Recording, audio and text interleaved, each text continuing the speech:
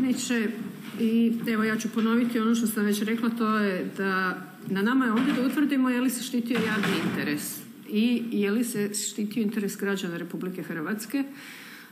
Ulaganje u zelene energije, obnovljive izvore nije sporno, ali evo i nadovezat ću se na kolegu Mišetića koji je otvorio jedno jako važno pitanje, a pitanje je zašto je cijeli sustav postavljen na način da se cijelo vrijeme pogodovalo velikim investitorima, a brojni problemi su se postavljali pred naše građane kada su oni htjeli biti energetski neovisni, bilo da se radi o fotonaponskim elektranama ili recimo o OPG-ovima malim kojima nije dozvoljeno da rade bioplinske elektrane, ali zato imate velike bioplinske elektrane gdje se koristi ne samo stajnjak nego i silaža. I sada vi ovdje u vašem izvješću govorite da eto oni su morali izaći, a izašlo je 23 bioplinska postrojenja jer je njima ulazna sirovina poskupila.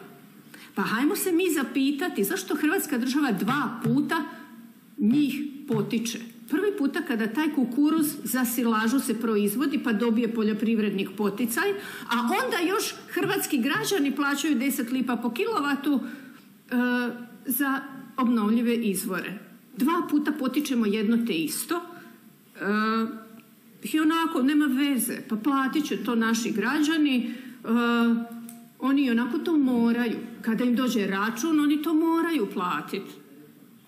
Interesantno je ovo razdoblje do 2018. Isto tako, kada je cijena bila viša i svi ti veliki investitori su lijepo imali zajamčenu. To je prekrasno. Znate, svaki poduzetnik bi volio kad krene u nekakav poduzetnički poduhvat da on ima 100% automatski, evo gospodin Ranogajec je ovdje, jel bi obrtnici voljeli kad on sad napravi neki svoj obrt, da on ima zajamčenu cijenu koja je viša i otkup 100% svega. Svaki pekar bi bio sretan da mu se kupi 100% kruha. Znači, vi ste rekli trebali smo privući investitore, trebali smo ovo, trebali smo ono.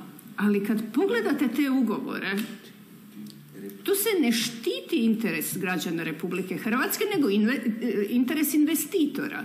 I sad ovo kaže, niko nije ovo mogao predvidjeti. Pa kako ste inflaciju predvidjeli?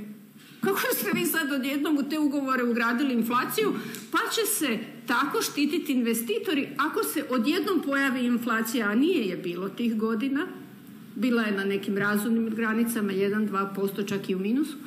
Znači, onda se štiti investitor da slučajno ne bi bio na gubitku i svi ovi koji su ostali u sustavu poticaja imaju ono što nema ni jedan liječnik, ni jedan policajac, ni jedan učitelj, nikome od njih se njihova plaća ne korigira za inflaciju, ali investitorima se cijena korigira za inflaciju. To ste stavili u ugovore. Čiji ste interes tada štitili? Javni interes, jer vama je osnivač Republika Hrvatska. A Republika Hrvatska nije misaona imenica, nego građani koji žive ovdje i imaju hrvatsko državljanstvo. I to su činjenice. I vi se sad možete vaditi, joj, to je trebala HERA raditi, joj, mi nismo na to zato nadležni. Pa vi odgovarate također HERI koliko je meni poznato. Znači, vi bi trebali zajedno štititi interese Republike Hrvatske. Ali vi ste štitili cijelo vrijeme interese koga? Investitora. Bioplinska postrojenja, kogeneracije, šta rade sa toplinskom energijom? Bacaju je u zrak. Imaju neke kao fol sušare, pa jednu te istu balu sjena ili daske. Oni suše daske koje bi se i onako pod nadstrešnicom na nekom propuhu osušile. Znate kakvu situaciju mi imamo? Da u Virovitici imamo Twin koji nema kogeneraciju, a drvna je industrija, ali zato imamo francuskog investitora koji ima kogeneraciju i tamo suši neke daske bez veze. I tako ode ta toplinska energija, ništa. Imate čak situacije da se grije pista na kojoj traktori dovoze nešto u silos. I to je HERA priznavala. Takvih slučajeva ima na tone. A HERA i HROTE moraju zajedno raditi. Nemojte se vi sad izvlačiti, joj, to je trebala HERA raditi. Vi trebate zajedno štititi interese Republike Hrvatske i građana Republike Hrvatske. Svi su se ti ugovori mogli raskinuti. Znači, do 2018. kada su oni obilato uživali u višoj cijeni, pola ih je trebalo izaći iz sustava poticaja, vi ste rekli jedan slučaj. Nema nenajavljenih kontrola, senzore stavljaju na pod, informatički softverom namještaju rješenja, masu stvari rade, to niko živ ne kontrolira, a nema veze, građani će sve platiti, oni to moraju, dobiju račun za struju i oni to moraju platiti. I onda se mi pitamo, pa jesmo mi radili bioplinska postrojenja da truju građane Donjeg Miholjca, jer se u njima zbrinjava komunalni otpad i biootpad pomiješan, pa ljudi moraju izaći na ulice da izađe inspektorat i da nešto napravi dok HERA i HROTE spavaju i isplaćuju tim ruskim vlasnicima poticaje, premije i višu cijenu, a oni nas lijepo truju i to za naše novce. Jer koriste silažu koju su dobili poljoprivrednici poticaje, pa još su dobili premiju za električnu energiju. I sad kad je ova situacija došla, kad je izašlo ovih 30%, postavlja se još jedno vrlo legitimno pitanje. Da li vi od tih firmi koje su izašle, da li vi kupujete, da li HROTE kupuje od njih električnu energiju i po kojoj cijeni, jer ima određene dugoročne obaveze? Pa od ovih koji su izašli iz sustava poticaja.